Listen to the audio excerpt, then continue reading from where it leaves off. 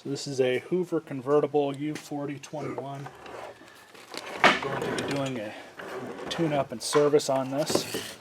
I don't really use this one. I actually leave this one on display because it's kind of a classic. But what we'll do first is take the bag off. And that's pretty easy to do. So the bag's off. This little lever right here, all you have to do is pull that back and we'll clean this out, but there's the inside of the bag, and when you put it back on you have these two tabs here that go right into this piece of wire. So it's easy enough to put that back on, but we'll set it aside for now. So we'll go ahead and remove the handle as well, just to get it out of the way. And it's still going to have the cord inside it. So we'll see how much we can move it. So what's interesting about these is I haven't really messed with these older ones enough to kind of know the ins and outs of them. But they do have this plug at the bottom of the handle, which I really did not know about. And on these older Hoovers, that's probably something that, you know, over time that connection might be a little faulty. So it may or may not be a shock hazard at some point. And again, this is one of the reasons why I don't really use these old machines all that much. I just kind of keep them around for, you know, collectability purposes. But it even has the old school light switch on it. But these are really cool vacuums. So now, get at the bottom. It's really easy to do. You just have both of these tabs here, which come back. And then you can remove your bottom plate, and we'll clean that out as well. And then here is the belt and the brush roll. Let's see if it'll cooperate. Now, when I first picked up this machine from the curb, I did go through it and kind of clean out the brush roll a little bit and service the bearings, but I could probably do that again, especially just for the video. And I did make the comment when I originally picked this thing up that it looks like it has been maintained over the years, because the replaceable brush strips, if not the entire brush roll, have been replaced at some point. So now the next part is we can remove the top cover, and the only thing that's holding this on are these two screws.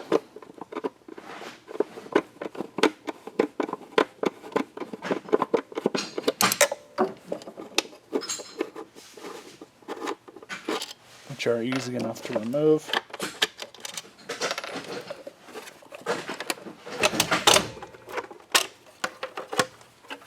And that comes right off. So we'll set this aside and start cleaning that up in a minute. First, you can check the brushes on these. Again, everything on these older Hoovers is really easy to service. Now, in order to remove the motor brushes, you're going to want to be really careful, because on this electrical lead right here, you have a little tab that you're going to have to press in. That'll allow you to pull this out, and then there is a spring behind it, which again you want to be careful with, because there's the brush. This brush looks to be in really good condition. It doesn't even need to be filed down or anything on the sides. It's really clean. So we'll check the other side, but I have a feeling it's going to look about the same. And the other side looks just as good. So we'll go ahead and throw this back in as well. So now what we'll do is clean up the top hood, which is pretty easy to do. Let's get some isopropyl.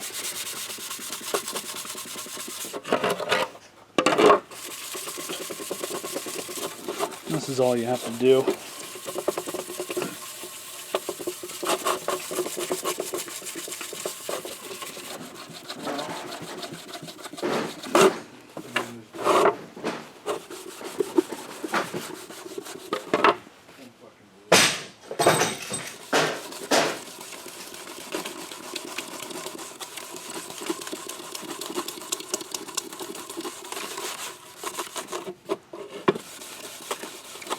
That looks a lot better.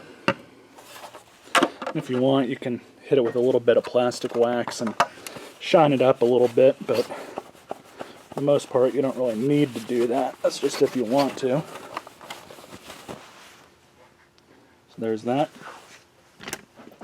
Now I'm more or less going to do the same thing to the rest of the machine. Looks a little cleaner, doesn't it? Now I'm going to show you guys how to disassemble one of these brush rolls. Now these will be really most similar, if not the same, to every other style of brush roll that they stick on sanitaires and Koblins and everything else. But all you got to do is just take apart the end caps, and then might be a little bit difficulty. But yeah, this is why these need to be serviced. Exactly why they need to be serviced. So I'm going to grab the vacuum.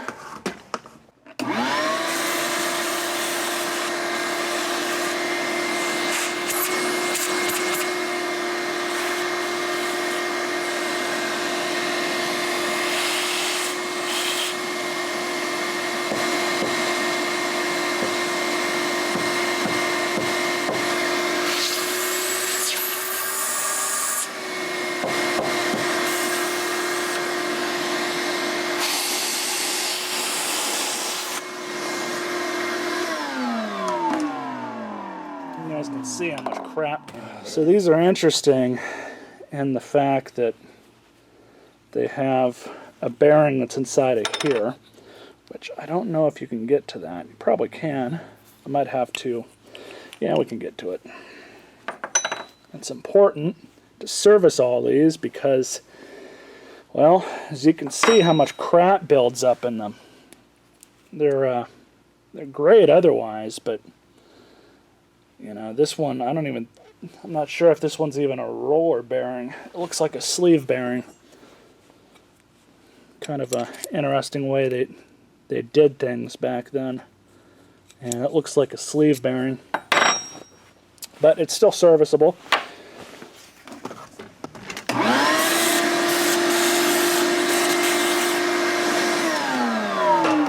Now, what you can use is some... but in a pinch, you can use any sort of all-purpose lubricant, not WD-40. WD-40 is okay, but it's not a real lubricant, at least one that'll stick around.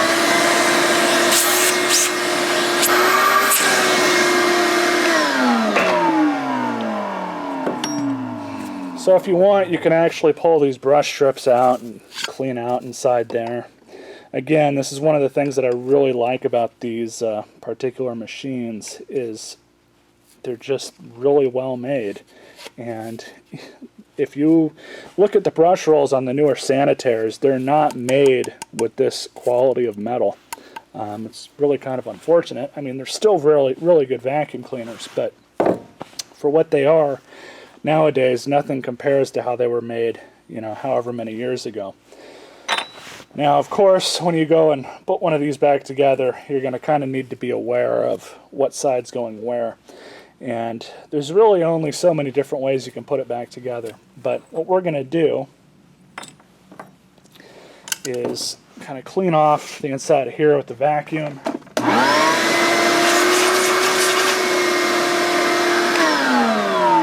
It wasn't bad before. You can actually remove this.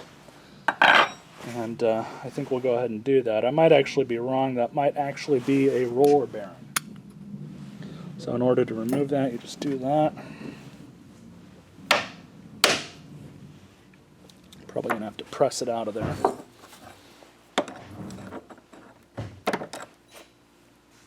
Yeah, it's moving. There we go. So don't forget this washer that goes back in there. Now we have what actually is a roller bearing, but it is definitely sufficiently lubricated now. It is not sealed, as you guys can clearly see, so you do want to get some lubricant inside.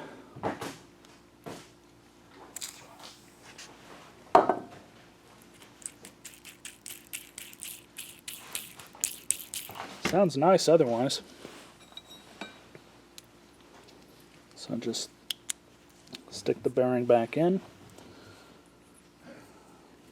These felt washer, we'll stick that back in as well.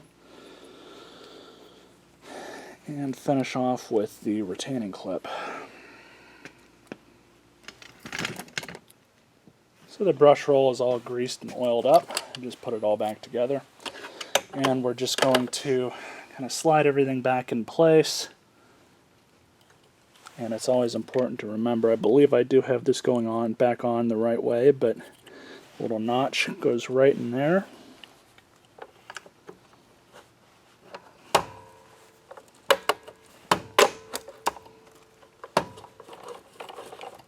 Now, what's worth me mentioning is these two end caps, you want them to be not too loose and not too tight, because if you over tighten them, that's going to affect how the brush roll spins. Right now it's spinning fairly freely. I might be able to improve that a little bit if I loosen up a couple of both the end caps, but I think we're going to be okay. So in order to reinstall the belt, this is a brand new belt.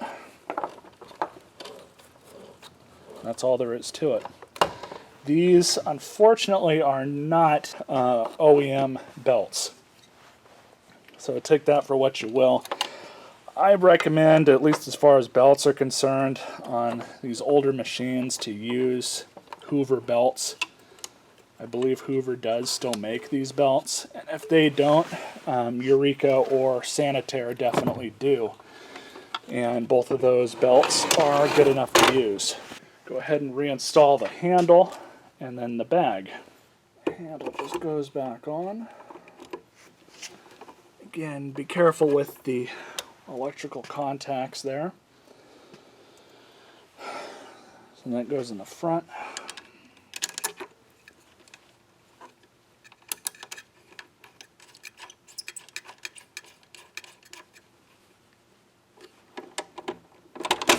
Not too bad. Reinstall the bag. And as I said before, these bags do have I believe this is a replaceable seal on the outside, so take it for what you will, but you can replace that if you so desire. But in order to reinstall your outer bag assembly, just make sure those two lips are in the bottom, pull that tab back, nice and stuck there. So I'm just running the spring back up to the top. And there we have it. The Hoover 4021 is now complete, nice and serviced. So we'll test it out. So we'll do a quick couple passes over the concrete floor.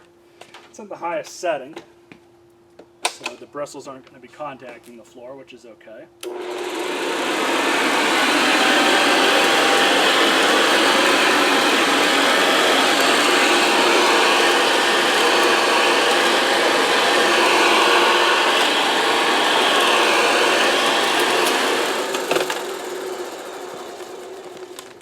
It's a pretty quiet little vacuum. I think I do have a throw rug out here I can test on. Probably going to have to set the adjuster down to low. We'll see.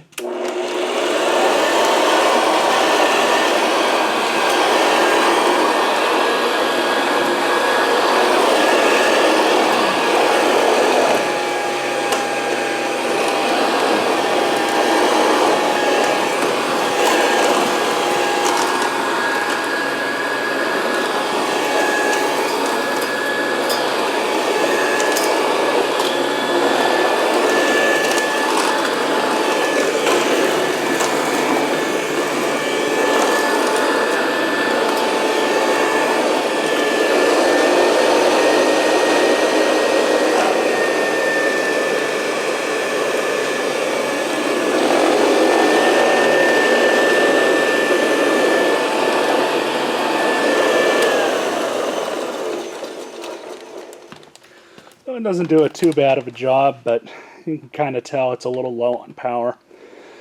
But that's why I use this thing as a display piece that does happen to work and turn on. So I hope you guys enjoyed this video. You all stay classy. Stay tuned for more vacuum videos.